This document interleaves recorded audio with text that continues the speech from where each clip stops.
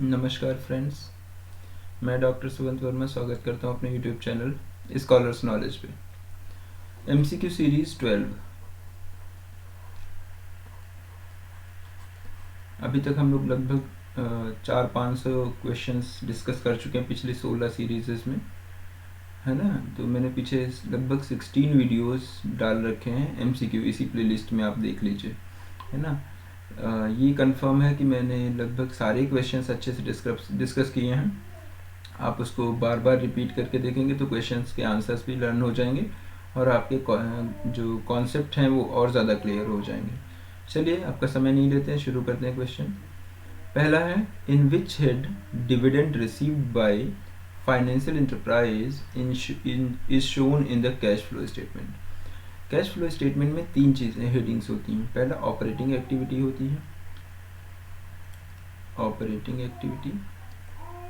दूसरा होता है इन्वेस्टिंग एक्टिविटी और तीसरा होता है फाइनेंसिंग। ठीक। ऑपरेटिंग एक्टिविटी में ऑपरेशनल खर्चे या फिर ऑपरेशनल एक्टिविटीज़ के तहत जो भी आता है वो सब ऐड किया जाता है, जिससे प्रॉफिट इनकम इंक्रीज होता है। इन्वेस्टिंग मतलब जब कोई फिक्स एसेट सेल या परचेज करी जाए, एसेट सेल या परचेज करी जाए तो वो इन्वेस्टिंग एक्टिविटी में आता है। इसी में एक और चीज़ आती है, अगर कोई इनकम रिसीव हुई है इन केस ऑफ डिविडेंड, है ना, तो वो भी यहीं आती है। तो यहाँ का आंसर तो क्लियर हो गया कि डिविडेंड रिसीव जो है इन्वेस्टमेंट एक्टिविटी में आएगा। फाइनेंशियल एक्टिविटीज़ में जैसे शेयर इशू किए, है ना, शेयर्स का रिडम्पशन किया, डिबेंचर का रिडम्पशन किया, डिबेंचर इशू किए, है ना, डिबेंचर पे इंटरेस्ट पे किया, डिविडेंड पे करना पड़ा, तो ये सब फाइनेंसिंग एक्टिविटीज़ में आता है। आगे चलते हैं, variance analysis is related to. आप लोगों ने पढ़ा होगा स्टैंडर्ड कॉस्टिंग, पिछले वीडियो में मैंने डिस्कस किया था ऐसा क्वेश्चन एक, तो वही सेम है। ठीक है। वेरिएंस एनालिसिस जो है स्टैंडर्ड कॉस्टिंग का हिस्सा है, जो बताता है कि जो एक्चुअल कॉस्ट है किसी भी प्रोडक्ट को बनाने के लिए, वो जो हमने पहले से डिसाइड किया था स्टैंडर्ड कॉस्ट, उससे कितना डिफरेंस है ना, और जो डिफरेंसेस हैं वही वेरिएंस कहलाते हैं। Ratio analysis financial statement analysis का हिस्सा है, तो वो यहाँ नहीं आता। मार्जिनल कॉस्टिंग में ब्रेक इवन पॉइंट आता है। ठीक है, ये तो आप पढ़ चुके सीवीपी एनालिसिस। ठीक है, आगे चलते हैं। Liquid ratio is calculated as follows. Liquid ratio जो है वो लिक्विडिटी रेशियोज का हिस्सा है। लिक्विडिटी रेशियोज, इसमें जो है पहला आता है करंट रेशियो, फिर लिक्विड रेशियो, फिर acid test ratio. Same name है, कुछ अलग नहीं बता रहा हूँ, है ना। ये जो है सेम भी कहे जाते हैं, कोई अलग नहीं है। ठीक है। एक और होता है एब्सोल्यूट लिक्विड रेशियो। ठीक है। कभी कदार ये पूछ लिया जाता है कि एसिड टेस्ट रेशियो का दूसरा नाम क्या, तो आप बोलोगे लिक्विड रेशियो। तो आप देखिए, टोटल एसेट और टोटल लाइबिलिटीज तो ये करंट रेशियो का हिस्सा है नहीं, छोड़ दीजिए। जब आपसे बोला जाए लिक्विड रेशियो, तो उसका फार्मूला होता है liquid assets divided by current liabilities. तो आंसर तो आपके पास है। एक और फार्मूला इसमें सही से लिखा है, वो current asset upon current liability, जो कि करंट रेशियो का फार्मूला है। ठीक है। तो ये जो है करंट रेशियो है, ये जो है लिक्विड रेशियो है, तो आंसर आपका होगा सी। आगे चलते हैं। Which one of the following is activity ratio. मैंने पीछे डिस्कस कर रखा है पिछले लेक्चर्स में, आप हमारा फाइनेंशियल स्टेटमेंट प्लेलिस्ट में जा करके रेशियो एनालिसिस वाला जो लेक्चर है 2, उनको आप देखिएगा, डेफिनेटली आपको समझ में आएगा। एक्टिविटी रेशियोज में सारे टर्नओवर रेशियो आते हैं, मैंने डिस्कस किया था उस समय भी। तो जितने भी टर्नओवर रेशियो हैं सब एक्टिविटी रेशियो का हिस्सा होते हैं, और इन्हें हम लोग टाइम्स में दिखाते हैं। ठीक है। नेट प्रॉफिट रेशियो किसमें है, प्रॉफिटेबिलिटी रेशियो का हिस्सा है। करंट रेशियो अभी हम लोगों ने पढ़ा, लिक्विडिटी रेशियो उसका हिस्सा है। क्लियर हुआ। तो एक्टिविटी रेशियो क्या है, डेटा टर्नओवर रेशियो। और डेटा टर्नओवर रेशियो का फार्मूला जो है वो मैं पहले डिस्कस कर चुका हूँ पिछले लेक्चर में, लेकिन फिर मैं बता रहा हूँ। देखिए, डेटर्स जो होते हैं हमारे क्रेडिट सेल्स से होते हैं, तो क्रेडिट सेल्स कर दो डिवाइडेड बाय एवरेज डेटर्स। ठीक है। Price level changes is related to accounting जो है प्राइस। देखिए, कॉस्ट अकाउंटिंग में हम किसी भी प्रोडक्ट को बनाने में जितनी कॉस्ट आती है डायरेक्ट इनडायरेक्ट ऐड करके कॉस्ट पर यूनिट कैलकुलेट करते हैं। तो यहाँ पर हमने प्राइस लेवल चेंज की बात नहीं करी। फाइनेंशियल अकाउंटिंग में हम लोग क्या करते थे, जर्नल बनाते थे, लेजर करते थे, ट्रायल बैलेंस बनाते थे, फाइनल अकाउंट्स बनाते थे, लेकिन कहीं पर भी हम इन्फ्लेशन को इंक्लूड नहीं करते थे। प्राइस लेवल चेंजेस का मतलब है इन्फ्लेशन। मैनेजमेंट अकाउंटिंग में हम क्या कॉस्ट और फाइनेंशियल अकाउंटिंग के जो आंकड़े होते थे, इंफॉर्मेशन होती थी, उसके आधार पे डिसीजन मेकिंग को और स्ट्रांग बनाते थे, इन्वेस्टमेंट डिसीजन, डिविडेंड डिसीजन, है ना, इन सब चीज़ों को। लेकिन वहाँ पर भी हम प्राइस लेवल चेंजेस की बात नहीं करते थे। केवल इन्फ्लेशन अकाउंटिंग एक ऐसा टॉपिक है, एक ऐसा सब्जेक्ट है जिसमें हम लोग accounting for price level changes की बात करते हैं। क्लियर? कंट्रीब्यूशन क्या है, सीवीपी एनालिसिस पढ़ा है, पीछे के मेरा एक प्लेलिस्ट पूरी सीवीपी एनालिसिस पे बनी हुई है, डेफिनेटली आपको समझ में आएगी, वो देख लीजिएगा। कंट्रीब्यूशन सेल्स माइनस परचेज नहीं होता है, सेल्स माइनस फिक्स्ड एक्सपेंसेस भी नहीं होता है। आंसर है आपका सेल्स माइनस वेरिएबल कॉस्ट, है ना। इसको हम लोग सेल्स माइनस वेरिएबल कॉस्ट कह सकते हैं, फिक्स कॉस्ट प्लस प्रॉफिट कह सकते हैं ना, दोनों चीज़ें सेम है। अगर क्वेश्चन में ऑप्शन में आपके अलग ये दिया है तो ये लगाइए, वो दिया है तो वो लगाइए, ठीक है। आगे चलते हैं। AS3 अकाउंटिंग स्टैंडर्ड 3 किससे रिलेटेड है, पता है सबको, कैश फ्लो स्टेटमेंट से ही रिलेटेड है, ठीक है। और डिप्रिशिएशन जो है अकाउंटिंग स्टैंडर्ड 6 से रिलेटेड है। एक और सबसे बड़ी बात बता दूं मैं कि AS6 जो है रिमूव कर दिया गया, विड्रॉ कर दिया गया, और इसको रिप्लेस किया है AS10 ने। और AS10 जो है वो प्रॉपर्टी प्लांट एंड इक्विपमेंट के नाम से जाना जाता है, ठीक है। जब से ये एप्लीकेबल हुआ तब से AS6 खत्म हो गया। क्लियर? ऊपर देखिए कुछ छूटा तो नहीं, ठीक है। बहुत इंपॉर्टेंट चीज़ है, ये याद कर लीजिएगा। फादर ऑफ स्टैटिस्टिक्स कौन है, तो गॉटफ्राइड एकेनवाल, जर्मन थे, ठीक है। ये याद कर लीजिएगा कि फादर ऑफ स्टैटिस्टिक्स जो है वो कौन है, गॉटफ्राइड एकेनवाल, ठीक है। आपसे अगर जॉइंट डिमांड का एग्जांपल यहाँ पर पूछा कि जॉइंट डिमांड का मतलब जब कोई दो प्रोडक्ट एक साथ डिमांड में हो, है ना, मतलब एक के बिना दूसरे की डिमांड नहीं हो पाए, या फिर एक के बिना दूसरा यूजलेस हो जाए, तो हम डेफिनेटली या फिर दोनों की डिमांड एक साथ करी जाती है, तो वो क्या है, इंक और पेन। अगर पेन में इंक ना हो तो पेन बेकार है, और इंक पेन में ना हो तो इंक बेकार है, ठीक है। तो डेफिनेटली जब दोनों का डिमांड एक साथ है तो ये जॉइंट डिमांड है। बस और ट्रेन अलग अलग होते हैं, इसलिए जॉइंट नहीं हो सकते। न्यूज़पेपर मैगजीन भी अलग अलग हैं, डेफिनेटली आपका आंसर जो है इंक एंड पेन होगा। Concept of elasticity of demand किसने प्रोपाउंड किया था, आंसर आप सभी को पता है, मार्शल ने प्रोपाउंड किया था। इलास्टिसिटी ऑफ डिमांड का जो कॉन्सेप्ट है वो मार्शल ने बताया था। और इलास्टिसिटी ऑफ डिमांड होता क्या है, वो कहता है कि कितनी प्राइस चेंज होने से डिमांड में कितना चेंज आया, हाउ मच, ठीक। ये ध्यान रखिएगा कि कितना प्राइस चेंज हुआ जिसके कारण से डिमांड कितनी चेंज हुई, ठीक है, वो बात करता है इलास्टिसिटी ऑफ डिमांड। और ये बताया था मार्शल ने, इनकी किताब थी प्रिंसिपल्स ऑफ इकोनॉमिक्स, 1890 में इन्होंने लिखा था, 1890 में किताब लिखी थी प्रिंसिपल्स ऑफ इकोनॉमिक्स, और उसमें इन्होंने बताया कि concept of elasticity of demand क्या है, ठीक है। अगला क्वेश्चन है, the most important source of ways differentials is, वो है आपका, देखिए बेसिकली आपको आंसर मानना चाहिए स्किल्स के आधार पर भी आपका जो है वेज का डिफरेंसेस होते हैं, कोई स्किल्स के आधार पर डेफिनेटली होते हैं ना। देखिए जो लोग अपने स्किल्स जिनके डेवलप्ड स्किल्ड होते हैं, लेबर और नॉन सेमी स्किल्ड होते हैं, अनस्किल्ड होते हैं, तो तीनों की सैलरी में डिफरेंसेस होते हैं, है ना। तो इसका मेन आंसर जो होना चाहिए वो स्किल्स है। लेकिन अगर आपको कोई और आंसर लगता है तो डेफिनेटली आप कमेंट बॉक्स में डाल के, लेकिन हाँ उसके फेवर में आप अपना प्रूफ ज़रूर उसमें लिखें कि कैसे स्किल्स हैं। अगर स्किल्स नहीं है तो क्या है जो है इसका ऑप्शन, वो क्या कैसे है, ठीक है। फादर ऑफ मॉडर्न स्टैटिस्टिक्स मैंने लिखा, मुझे मिल गया था तो मैंने सोचा इसी पे लिख लेता हूँ। फादर ऑफ मॉडर्न स्टैटिस्टिक्स जो है वो है R.A. फिशर, ठीक है। और इंडियन स्टैटिस्टिक्स के जो फादर हैं वो हैं P.C. महालनोबिस, ठीक है। महालनोबिस मॉडल आपको अच्छे से पता होगा, डेफिनेटली आपने सुना है पीछे इकोनॉमिक प्लानिंग्स में, ठीक है। मौका मिलेगा तो डेफिनेटली इसके बारे में भी मैं आगे डिस्कस करता रहूँगा। क्रॉस इलास्टिसिटी ऑफ डिमांड जो है ये किसने दी थी, ये मिस्टर मूरे ने दी थी, है ना, इनको मूरे मूरे कहते हैं सब लोग, मूर basically. Cross elasticity of demand जो है वो मूर ने दी थी। ये देखिए दो प्रोडक्ट होते हैं ना, सब्स्टिट्यूट प्रोडक्ट होते हैं, कॉम्प्लीमेंट्री होते हैं, है ना। इन केसेस में क्रॉस इलास्टिसिटी ऑफ डिमांड का यूज़ होता है। इसके टॉपिक को मैं अलग से समझा दूंगा।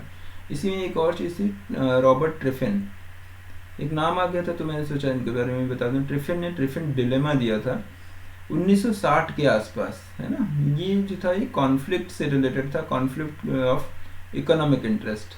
इसी समय उन्होंने बोला था कि जैसे जिस कंट्री की करेंसी की डिमांड इंटरनेशनल मार्केट में ज़्यादा होती है उस करेंसी को लोग स्टोर करना शुरू कर देते हैं। तो इससे रिलेटेड है, आपको ज़्यादा जानने की ज़रूरत नहीं है क्योंकि एमसीक्यू पैटर्न पे है, तो डेफिनेटली आपसे ये पूछा जा सकता है कि रॉबर्ट ट्रिफिन ने कौन से डिलेमा की बात करी या फिर किस से रिलेटेड उन्होंने कॉन्सेप्ट दिया। तो आप कहोगे कॉन्फ्लिक्ट ऑफ इकोनॉमिक इंटरेस्ट 1960, यहाँ पर मैंने लिख दिया। Income effect towards Giffen products या गिफिन कमोडिटीज। देखिए हम लोग लॉ ऑफ डिमांड पढ़े हैं, है ना। वो क्या कहता है, प्राइस बढ़ेगा तो डिमांड घटेगी और प्राइस घटेगा तो डिमांड बढ़ेगी, है ना। लेकिन गिफिन साहब ने कहा कि ऐसा नहीं है, जो हम कमोडिटीज़ बता रहे हैं इसमें ऐसा नहीं है, इसमें उल्टा होता है। तो इसमें क्या है, income effect towards Giffen commodity negative. Income अगर बढ़ रही है तो ऐसी ज़रूरी नहीं है कि इनकी कमोडिटी जो होंगी उनकी डिमांड भी कम होगी, डेफिनेटली कम होगी, इन्होंने ऐसा बोला। लेकिन वास्तविकता जो लॉ ऑफ डिमांड कहता था वो इससे अपोजिट था, है ना। तो इसको exceptions of law of demand भी कहते हैं। तो income effect towards Giffen commodity होता है नेगेटिव। कंज्यूमर को एम्परर कहाँ कहा जाता है, किस टाइप की इकोनॉमी में। पहले सोशलिज्म। सोशलिज्म में माना जाता है कि जो गवर्नमेंट है, गवर्नमेंट पब्लिक के वेलफेयर के लिए काम करती है और ये माना जाता है कि एक कंट्री है, एक इस इकोनॉमी में जितना भी अवेलेबल नेचुरल रिसोर्सेज हैं सब पे वहाँ के रहने वाले सिटीजन्स का बराबर का हक है, ठीक है। कैपिटलिस्ट इकोनॉमी कहती है कि जो कस्टमर होता है वो राजा होता है और वो जैसे चाहे वैसे मार्केट को चलाए, ठीक है।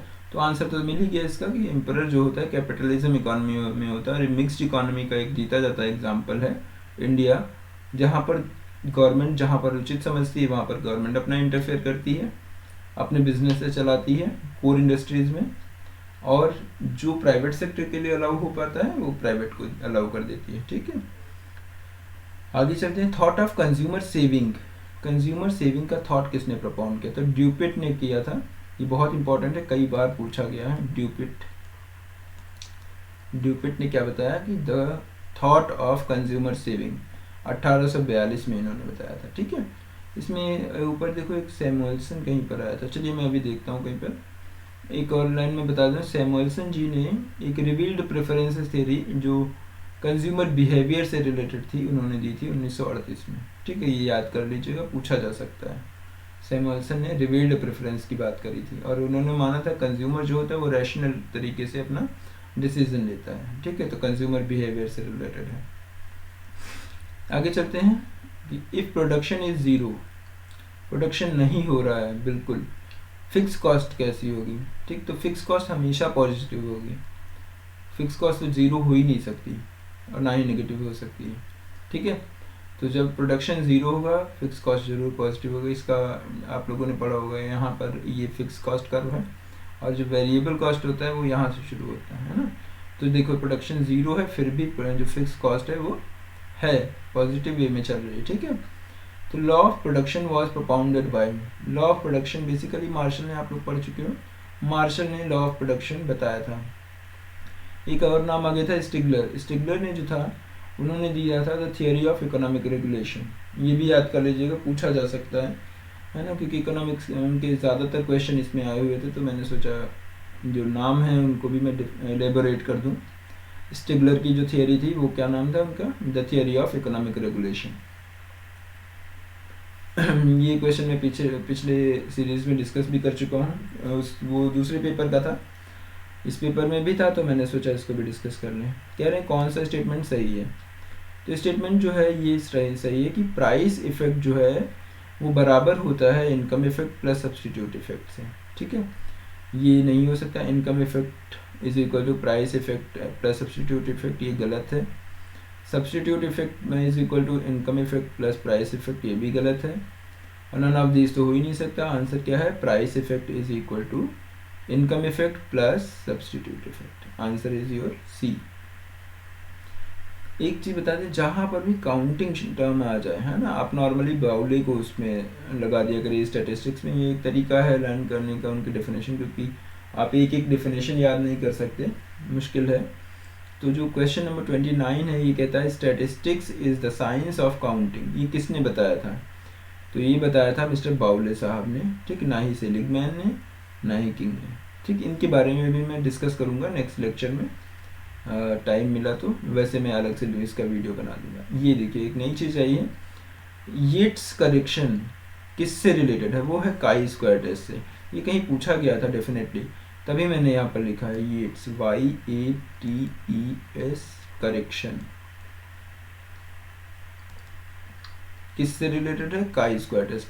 और काई स्क्वायर टेस्ट कैसा टेस्ट है? नॉन पैरामेट्रिक टेस्ट है। ये पूछा गया यूपी GDC में, ये क्वेश्चन पूछा गया था, ध्यान रखिएगा, गलत नहीं होना चाहिए। और इसमें UPHESC में भी पूछा गया। रैंक कोरिलेशन कॉफिशिएंट कैसे कैलकुलेट करेंगे? इसको हम लोग रैंक को स्पेयरमैन भी कहते हैं। स्पेयरमैन साहब ने दिया था इसको। तो स्पेयरमैन कोरिलेशन कॉफिशिएंट का जो फार्मूला है वो ये है 1 - 6 sigma D square upon n bracket में n स्क्वायर -1, ठीक है। Question number 31, the objects of statistical investigation are decided. मतलब पूछ रहे हैं कि इन्वेस्टिगेशन जो स्टैटिस्टिकल है उसके ऑब्जेक्टिव्स कब डिसाइड किए जाते हैं? After the compilation of data? कभी नहीं हो सकता। डेटा कंपाइलेशन तभी हो पाएगा जब हमें अपने ऑब्जेक्टिव पता हो, ठीक है। इसका मतलब आंसर क्या है? Before the compilation of data. During the compilation of data इसमें हौच पौच हो जाएगा, हो ही नहीं सकता। नन ऑफ दीज भी नहीं है, तो आंसर क्या है? बिफोर। डेटा को कंपाइल करने से पहले आप ऑब्जेक्टिव डिसाइड करो स्टैटिस्टिकल इन्वेस्टिगेशन में, तब आप डेटा कंपाइलेशन शुरू करो। The errors which do not occur in census investigation. देखो सेंसस में जो है सैंपल नहीं लिया जाता है, सेंसस में हर यूनिट को काउंट किया जाता है, तो सैंपलिंग एरर नहीं हो सकता सेंसस के केस में। नॉन सैंपलिंग एरर हो सकता है, बायस्ड हो सकता है। बायस्ड मतलब हम पहुंचे और गांव के छोर पे बैठ गए, किसी से भी पूछ लिए, जिसने जैसा बताया उस हिसाब से रख लिया। या फिर हमें कोई अमीर था, हमने उसको गरीब दिखाना था तो गरीब दिखा दिए, कोई गरीब था तो उसको हमने अमीर दिखा दिया। बायस्ड मतलब अपनी सुविधा अनुसार बायसनेस हो सकती है। लेकिन हाँ, सेंसस चूँकि हर यूनिट को काउंट करता है, एक एक व्यक्ति की गणना होती है, इसलिए उसे जनगणना कहते हैं। और उसमें सैंपलिंग नहीं होती है। जहाँ पर सैंपलिंग नहीं होगी वहाँ पर सैंपलिंग एरर नहीं होगा, ठीक है। The lines of regression intersect at the point. हमेशा ध्यान रखिए जो रिग्रेशन लाइन्स हैं वो x बार और y बार पे इंटरसेक्ट करती हैं, ठीक है। ये बिल्कुल सही चीज़ है और आपको कहीं इसमें देखने की ज़रूरत नहीं है कुछ भी। Question number 34, what does accounting software do? Accounting software क्या करता है? सीधी सी बात है, अकाउंटिंग करता है। अकाउंटिंग में क्या आता है? ट्रांजैक्शंस को रिकॉर्ड करता है, ट्रायल बैलेंस बनाता है, बैलेंस शीट बनाता है, मतलब सभी करता है ना। अकाउंटिंग सॉफ्टवेयर है तो डेफिनेटली ये सारे काम उसको करने आते होंगे। Computer application in inventory control is helpful in.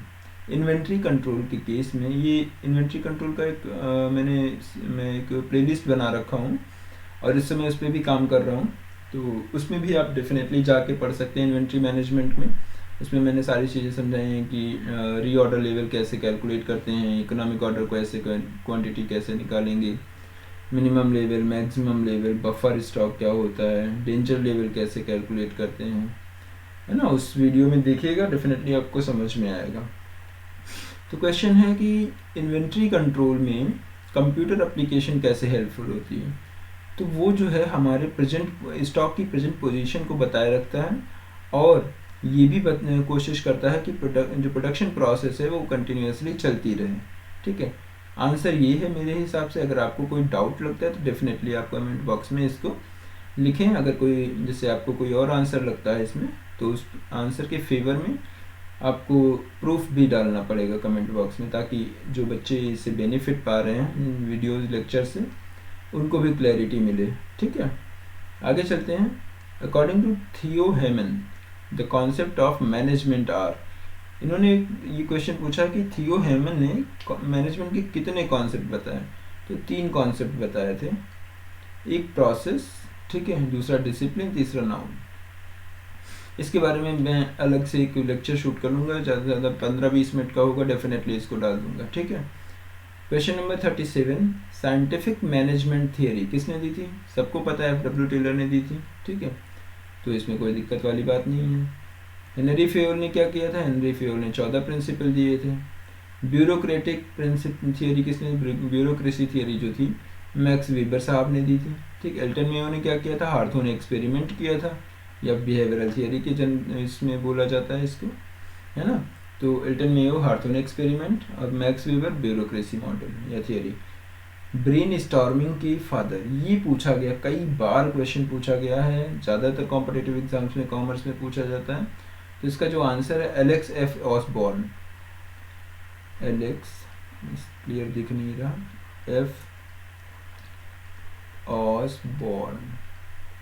ठीक है, तो फादर ऑफ ब्रेन स्टॉर्मिंग कौन है? एलेक्स एफ ऑसबॉर्न, याद कर लीजिए आप। लास्ट क्वेश्चन कि which function of management do not exist without planning. अगर आप प्लानिंग के बिना मैनेजमेंट का कोई काम करते हैं तो निम्न में से कौन सा हो ही नहीं सकता।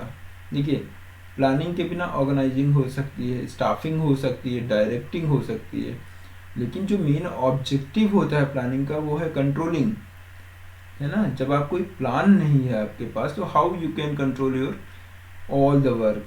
ठीक है, तो थैंक यू दोस्तों, धन्यवाद। प्लीज़ मैं एक बार और हम रिक्वेस्ट करता हूँ कि मेरे चैनल को सब्सक्राइब करना बिल्कुल ना भूलें। अगर अभी तक सब्सक्राइब नहीं किया है तो ज़रूर सब्सक्राइब करें, और लाइक शेयर भी करें, ताकि आपके फ्रेंड्स को भी इसका बेनिफिट मिल सके। और जो बेल आइकन तो ज़रूर दबाएं ताकि न्यू नोटिफिकेशन मिल सके। जैसे ही मैं कोई नया वीडियो डालता हूँ तो आपको उसका जो है नोटिफिकेशन आ जाए। ठीक है, प्लीज़ सब्सक्राइब जरूर करें हमारा चैनल। Thank you.